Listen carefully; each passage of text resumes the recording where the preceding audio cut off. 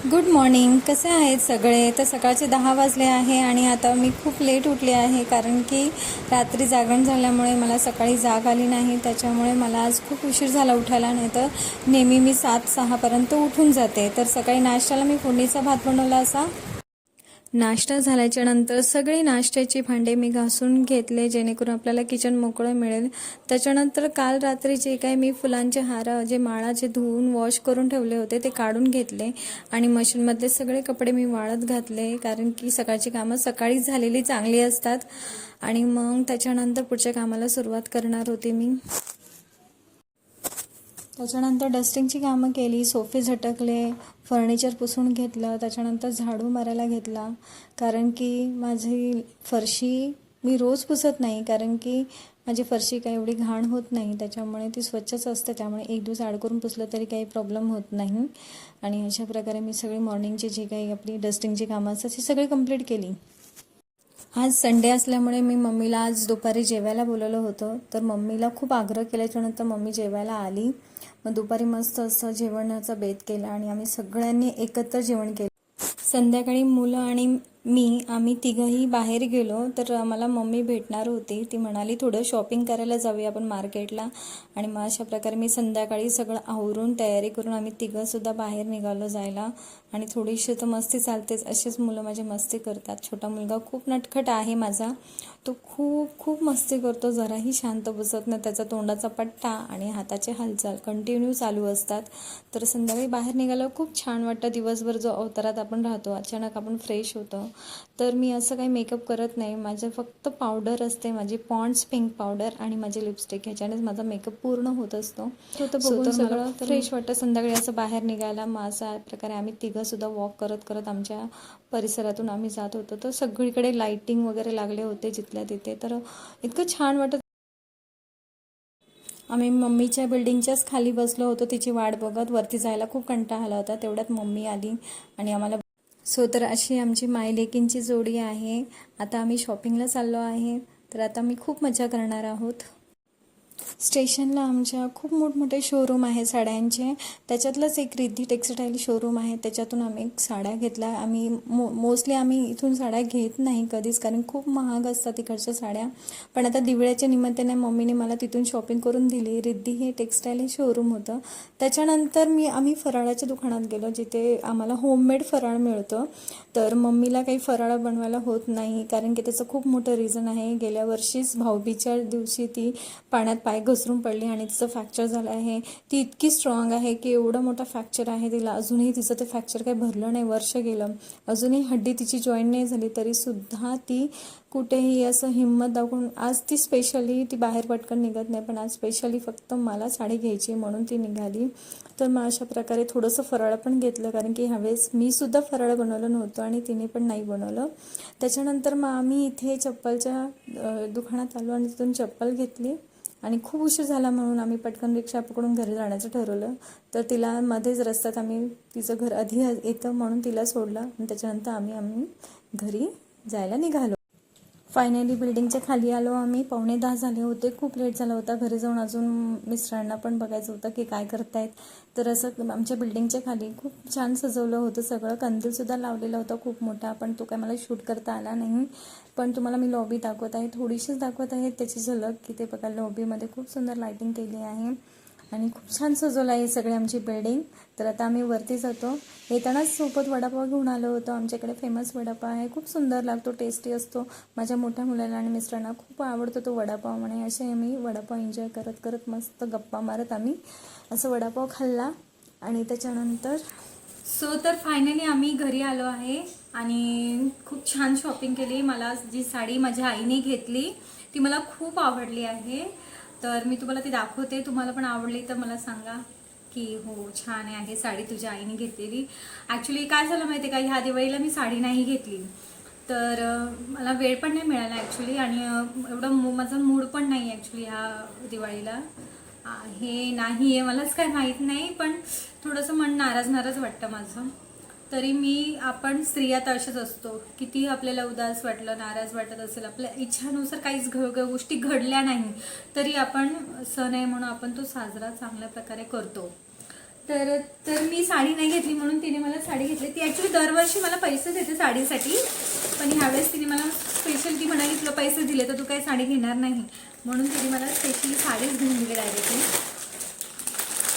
तर तुम्हाला ही कॅमेऱ्यामध्ये नीट दिसणार नाही, पण खूप सुंदर साडी आहे.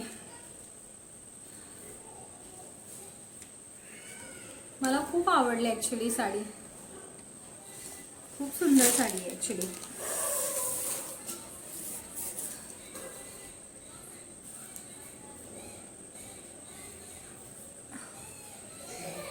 खूप सुंदर आहे. ती कॅमेऱ्यामध्ये नीट दिसत नसेल, पण इतकी सुंदर आहे ना साडी. थांबा. शायनिंगचा कपडा आहे आणि मस्त असं टिश्यू टाईप आहे, सॉफ्ट आहे, म्हणजे पार्टीवेअर साडी आहे ही. ॲक्च्युली मला लक्ष्मीपूजनला घालायची होती, तर मम्मी म्हणाली की लक्ष्मीपूजनला काठपदराची साडी घाल, दागिने घालायचे असेल तर मग ही मी साडी पाडव्याला घालेल, म्हणजे दिवाळीचा पाडवा जो आपला असतो तो, तेव्हा मी घालेल साडी. सो तर मला आवडली, आणि कॅमेऱ्यामध्ये जरी एवढं छान दिसत नसेल व्हिडिओमध्ये, पण खूप सुंदर आहे. शाईन करते साडी एकदम ॲक्च्युली. सी सुंदर आहे. आणि तर असंच पुढे मार्केटमध्ये जाता जाता चप्पल दिसली, सँडल दिसली आम्हाला, तर मग मम्मीने ही सँडल घेतली. बोली अशी राहू दे, वेडिंग सँडल आहे, छान खूप सुंदर आहे सँडल अशी. तर हे 2 घेतले आहेत. आणि रोजच्यासाठी पण मला तिने घेतलं. आज मम्मी खूप खुश होती, खूप शॉपिंग करून दिली. ह्या 2 सिंपल सँडल घेतल्या. मला थोडी हील लागते, हील घातलं की मला कम्फर्ट फील होतं, आणि हील नाही घातली ना तर मला कम्फर्ट फील नाही होत. चालताना असं वाटतं की असं किती खाली खाली असं पडल्यासारखं बिहेव होतं, पण ह्याच्याने मला एकदम कम्फर्ट फील होतं. काही लोक बोलतात हील, पण मला हीलमध्येच चालतं छान येतं. आणि सवय मला लहानपणापासून, म्हणजे जसं मी 9वी 10वी पासून जसं मी हील घालायला लागली तेव्हापासून, तर मी कॉलेज पूर्ण माझं आयुष्य हील घालण्यातच गेलं आहे. बघू आता पुढे म्हातारपणी हील घालता येईल की नाही येणार, चप्पलच घालावं लागेल. सो तर मी हे घेतले आणि खूप कम्फर्ट आहे. मला छोटी साईज लागते मला खूप. मला फिट आवडते सँडल कधी पण, कारण ती घालून घालून ऑलरेडी लूज होते, म्हणून मी ही फिट अशी घेते. थोडी कमी असेल चालेल, कारण की ती घालून घालून घालून लूज थोडी मोठी पण होऊन जाते. सुंदर आहे. आणि असं रोडवर असं लावले होते ना सँडलचं, असं छानपैकी असं त्यांनी सेल ठेवला होता, तर काहीतरी 100-150 रुपयाचे होते, तर 140, आणि ही 140ला दिली. कमी तर करतोच आपण, आणि ही 150ला दिली. ही खूप छान आहे, असे लग्न कार्यामध्ये पार्टीवेअर अशी ही सँडल आहे. सो तर मजा आली आम्हाला खूप. आम्हाला पेटीकोट सुद्धा घ्यायचा होता, पण मग पेटीकोट आम्हाला भेटलाच नाही. बरेच दुकानं आज बंद होते, का होते माहीत नाही. जिथे आम्ही नेहा मॅचिंग सेंटर आहे आमच्या इथे, तर ते खूप छान आहे, म्हणजे तिथे हवे तसे व्हेरायटी मिळतात. तर मग तिथून मी घेणार होती, पण ते दुकान आज क्लोज होतं. मग बाकीच्या ठिकाणी पण आम्ही फिरलो, का आम्हाला मिळालं नाही. आम्ही खूप थकलो, कारण की आता 10:30 वाजलेत.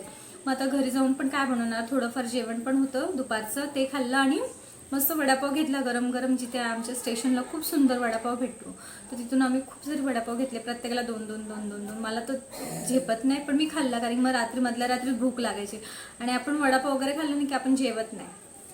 तर मग मुलांनी थोडा भात आणि थोडासा रस्सा वगैरे खाल्ला, आणि वडापावची पार्टी केली आम्ही अशी मस्त. आणि भले थकतो, पण आपण खरं एन्जॉय करतो ना. असं काही शॉपिंग वगैरे करायला गेलं. मुलांना सुद्धा घेऊन गेली. आईने फराळा घेतला, कारण की तिला काय आता ह्यावं तेवढं झेपत नाही फराळा करायला, आणि मला तर हे घरचं काम करता करताच वेळ निघून जातो, तर तिला कधी मदत करायला जायचं. तर मग तिने फक्त थोड्याशा करंज्या आणि लाडू केले, कारण तिचं ते फेवरेट आहे खूप, करंजी आणि लाडू. तर ती बाहेरून ते कधी मागवतच नाही, तिला तिच्या हातच्याच आवडतात. मग तिने करंज्या आणि लाडू बनवले आहेत. आणि मग बाकीच्या गोष्टी ज्या होत्या, चकल्या वगैरे, लोकांना आपल्या आता लक्ष्मीपूजनला आपण वाटतो सगळ्यांना, आपल्या शेजाऱ्यांना, त्यासाठी तिने घेतले. तिने चकल्या घेतल्या, नानकट्या घेतली, परत चिवडा घेतला. सो अशा प्रकारे आम्ही खूप शॉपिंग केली, मस्त मजा आली.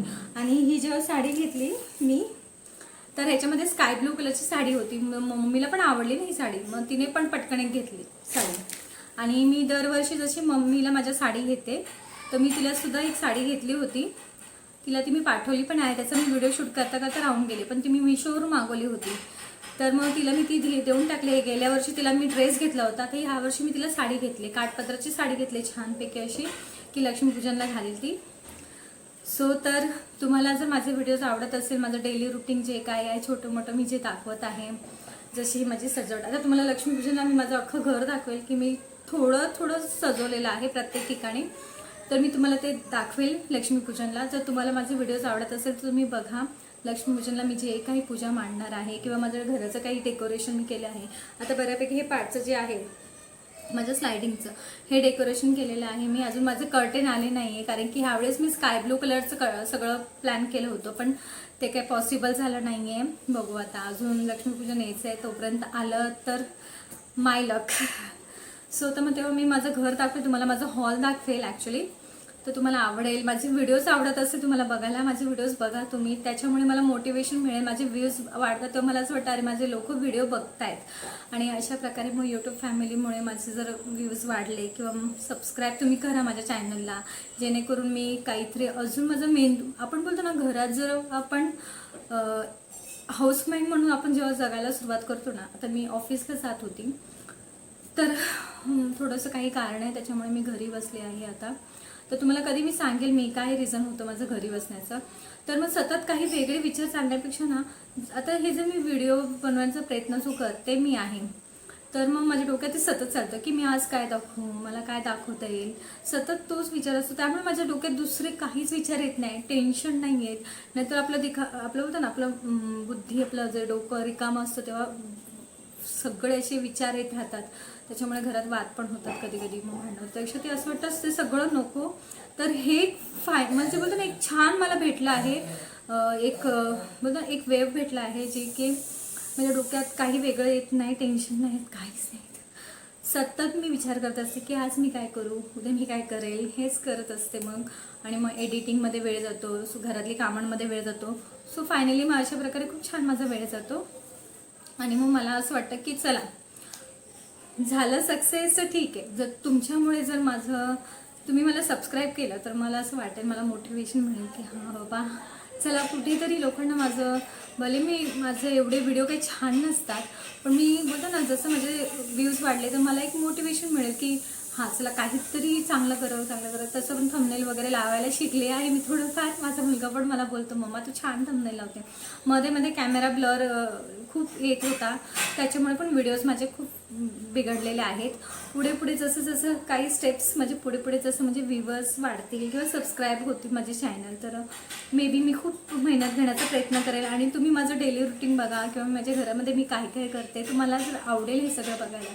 आणि आता आजचा जो व्हिडिओ आहे तो तुम्ही बघितला तर तुम्हाला आवडेल तो, आणि तुम्ही लाईक करा, शेअर करा, कमेंट करा की काय ह्याच्यामध्ये राहिलं काय नाही राहिलं.